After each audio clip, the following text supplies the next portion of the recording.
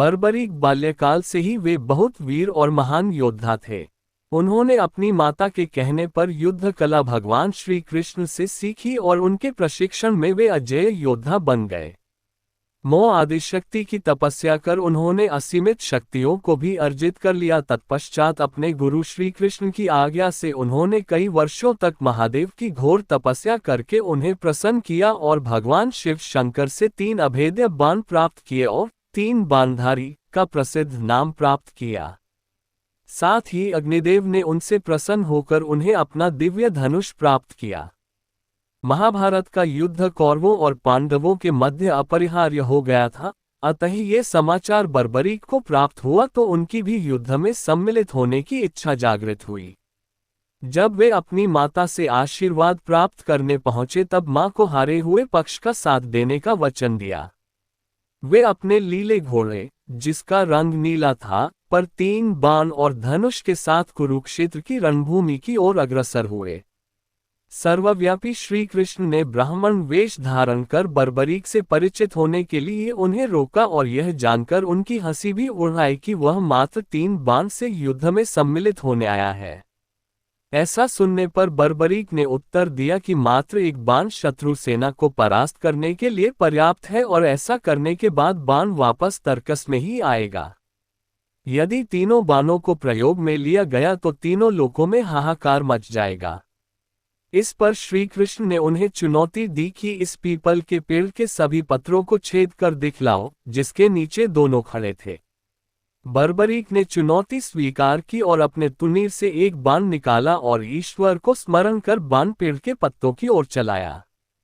तीर ने क्षण भर में पेड़ के सभी पत्तों को भेद दिया और श्री कृष्ण के पैर के इर्द गिर्द चक्कर लगाने लगा।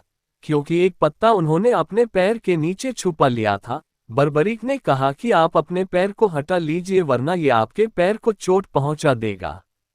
श्री कृष्ण ने बालक बर्बरीक से पूछा कि वह युद्ध में किस ओर से सम्मिलित होगा तो बर्बरीक ने अपनी मां को दिए वचन दोहराया कि वह युद्ध में उस ओर से भाग लेगा जिस ओर की सेना निर्बल हो और हार की ओर अग्रसर हो।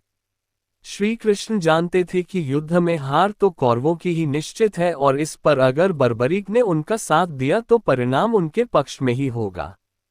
ब्राह्मण वेश में श्री कृष्ण ने बालक से दान की अभिलाषा व्यक्त की। इस पर वीर बर्बरीक ने उन्हें वचन दिया कि अगर वो उनकी अभिलाषा पूर्ण करने में समर्थ होगा तो अवश्य करेगा। श्री कृष्ण ने उनसे शीश का दान मांगा। बालक बर्बरीक क्षण भर के लिए चकरा गया, परंतु उसने अपने वचन की दृढ़ता जताई। बालक बर्बरीक ने ब्राह्मण से अपने वास्तविक रूप से अवगत कराने की प्रार्थना की और श्री कृष्ण के बारे में सुनकर बालक ने उनके विराट रूप के दर्शन की अभिलाषा व्यक्त की। श्री कृष्ण ने उन्हें अपना विराट रूप दिखाया। उन्होंने बर्बरीक को समझाया कि युद्ध आरंभ होने से पहले युद्धभूमि की पूजा के लिए एक वीरवर क्षत्रिय के शीश के दान की आवश्यकता होती है। उन्होंने बर्बरीक को युद्ध में सबसे वीर की उपाधि से अलंकृत किया, अतएव उनका शीश दान में मांगा। बर्बरीक ने उनसे प्रार्थना की कि वह अंत तक युद्ध देखना चाहता है। श्री कृष्ण ने उनकी यह बात स्वीकार कर ली। रात भर बर्बरीक ने अपने आराध्य भगवान शिव की पूजा अर्चना की और फाल्गुन माह की द्वादशी को स्नान आदि से निवृत्त होकर पूजा अर्चना करने के पश्चात उन्होंने अपने शीश का दान दिया। उनका सिर युद्धभूमि के समीप ही एक पहाड़ी पर सुशोभित किया गया, जहां से बर्बरीक संपूर्ण युद्ध का जायजा ले सकते थे। युद्ध की समाप्ति पर पांडवों में ही आपसी बहस होने लगी कि युद्ध में विजय का श्रेय किसको जाता है। इस पर श्री कृष्ण ने उन्हें सुझाव दिया कि बर्बरीक का शीश संपूर्ण युद्ध का साक्षी है। उससे बेहतर निर्णायक भला कौन हो सकता है। सभी इस बात से सहमत हो गए।